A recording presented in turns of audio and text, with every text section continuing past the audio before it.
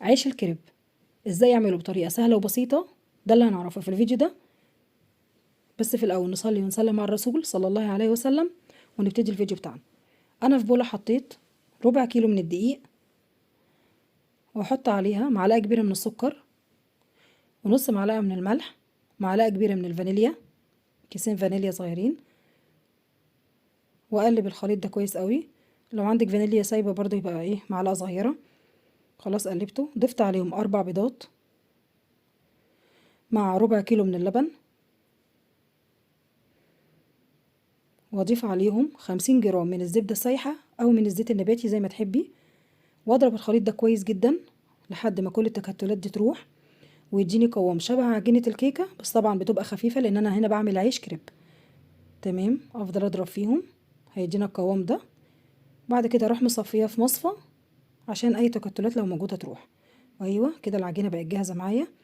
على طاسة بقى على النار من غير اي زيت ولا زبدة، بس الطاسة تكون سخنة جدا، وهدي النار خالص وابدأ اسويها.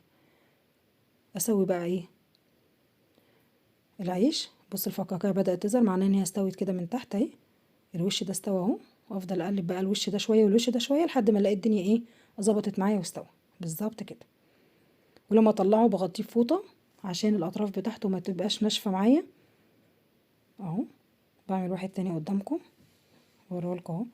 عجينه طريه جدا ما فيهاش اي مشكله. ادي العجينه فعلا عجينه كويسه جدا، ممكن تحشيها جبنه تحشيها شوكولاته زي ما تحبوا. هنا بعمل بقى صوص الشوكولاته. كوبايه كبيره من الكاكاو الخام، على نص كوبايه زيت، كوبايه كبيره سكر، معلقه كبيره من النسكافيه.